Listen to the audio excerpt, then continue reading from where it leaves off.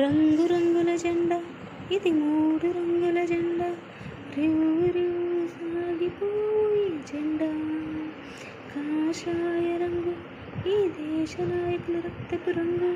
ఎందరో మహానుభావుల పోరాట ఫలమంట తెల్ల తెల్లని రంగు ఇది శాంతానికి గుర్తు మనకెంతో స్వేచ్ఛ వచ్చినందుకు గుర్తంట పచ్చని రంగు ఇది పాడి పంటలకి గుర్తు అమరవీరుల ఐక్యం జెండా.